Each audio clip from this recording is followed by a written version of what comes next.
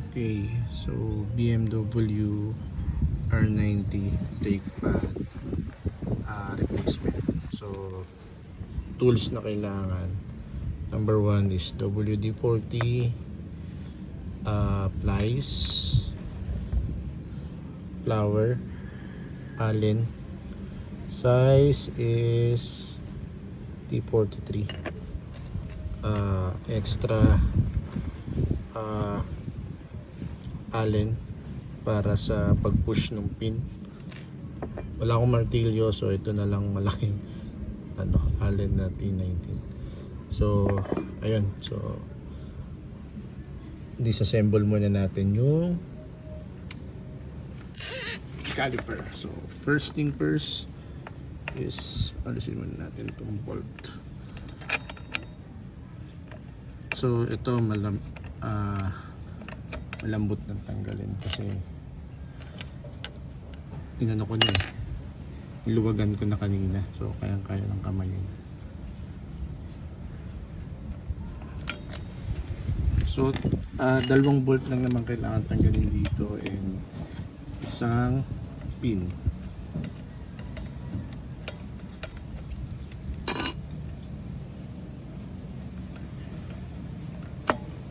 Yan. So tanggal na,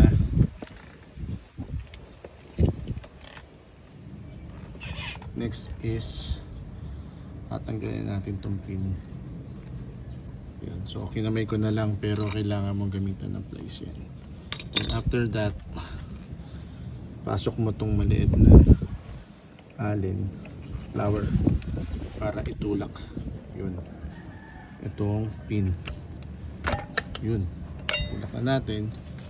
Once matulak na, mahuhulog na yung nahulog na yung brake.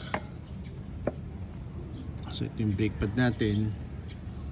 So is push yung kabila, wala yung isa na napunta, ayun, sumingit yun. So tapos na siya pareho, no? Tapos na siya pareho. Brembo. And then ito naman yung pin mansik kanina. So ito yung nag-hold ng lock nito.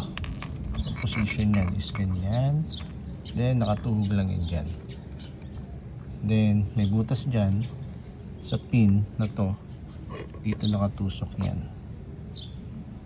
Okay, so ang papalit natin is aftermarket na brake pad. Sintered naman siya, so hindi nga lang Brembo, medyo may kamahalan yung Brembo pero sintered na brake pad yung papalit natin. So tingnan nyo yung difference, no? Laki ng difference. Compare natin side by side, no? Wood, ito kapal, side by side, no? So wala talaga, ubos na. Even yung isa ganun din, ubos na. So ngayon kabit na natin. So paano yung kabit? Ganun ulit. First is kung ano yung unang tinanggal natin, siya muna natin ibabalik. Tornilyo, balik natin.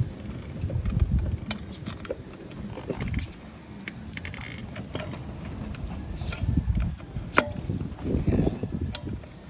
Then yung isa naman, ganun ulit.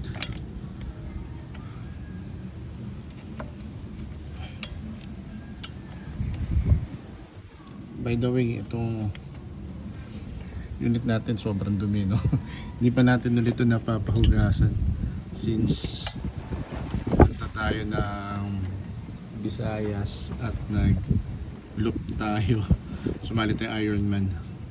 Hindi po ulit natin siya nahugasan. Okay. So by the way guys, kapag napansin nyo pala na nakapush yung piston nya, ang gagawin nyo lang is, well, tanggalin nyo muna to and then i-push nyo to. I-push nyo pakaliwa para yung piston dito, yung dalawang bilog is pumasok sa loob. Okay, kabit lang muna natin. Okay. Okay, so once makabit natin, mamaya natin hihigpitan. And then ipasok na natin tong brake pad. So ganyan lang siya.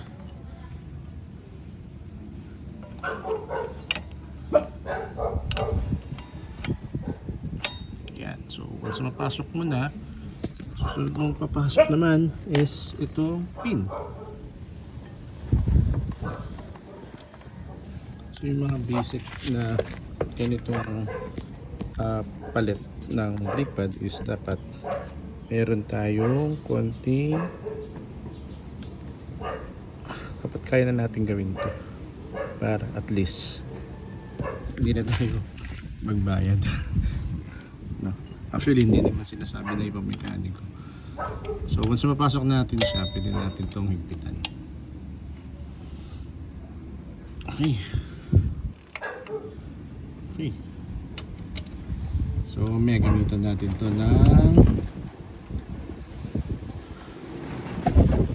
wrench para makuha natin yung tamang torque. Okay, so once mapasok natin, that's the time na pwede na natin i-push ito. So kailangan ko ng other hand para may humawak ng camera. So for now, skip ko muna yung video. Pero ito na yun eh. Okay na siya, installed na siya. So pwede na siyang gamitin. So kailangan na lang ng testing. So yun guys. So